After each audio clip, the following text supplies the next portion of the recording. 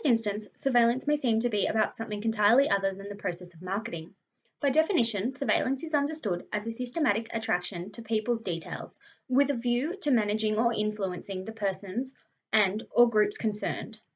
We often view surveillance as police, border security, bodyguards, or cameras that work as crime prevention and targeting initiatives. I never would have thought to question this until my university studies got me thinking.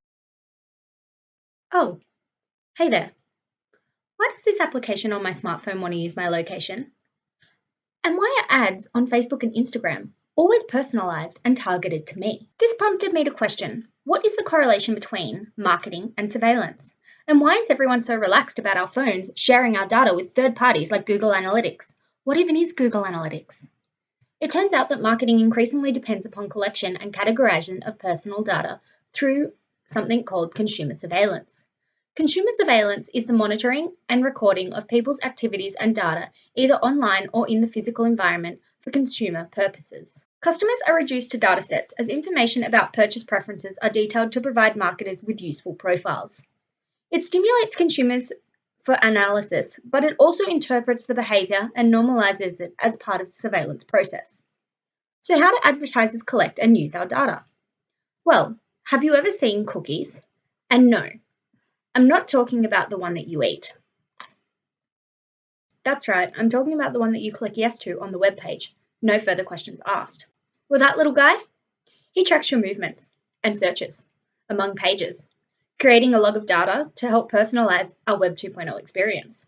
A PEW Internet report found that 92% of adults use search engines when online, and a further 86% have no objection to data collection that personalizes searches.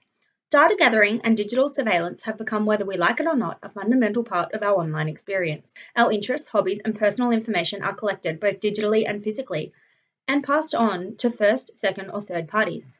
For companies seeking information on potential consumers, it is as simple as identifying and tracking online followers of their competitors' social media accounts. For example, it can be reasonably assumed that a follower of Nike, Adidas, or Puma would also be interested, to an extent, in products produced by Reebok.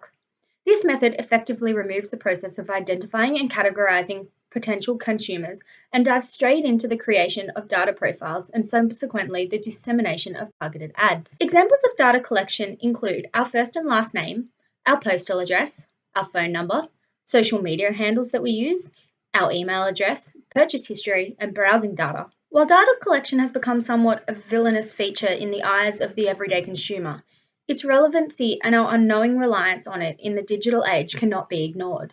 The online advertising industry is on a fast track to suppress all other forms of advertising combined, and its success is largely the result of consumer desire, acceptance, and reliance on it.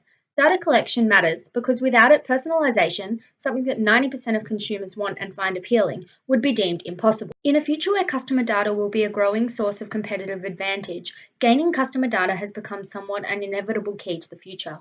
It seems that customers are transparent about data collection, and it seems consumers like personalization but also want their privacy. So the two collide head-on. The main notion here is that data collection is seemingly harmless, and from the very beginnings of Web 2.0, our data collection has been cached and stored. More often than not, consumers appreciate that data collection can lead to products and services that make their lives so much easier, more entertaining, and cost-effective.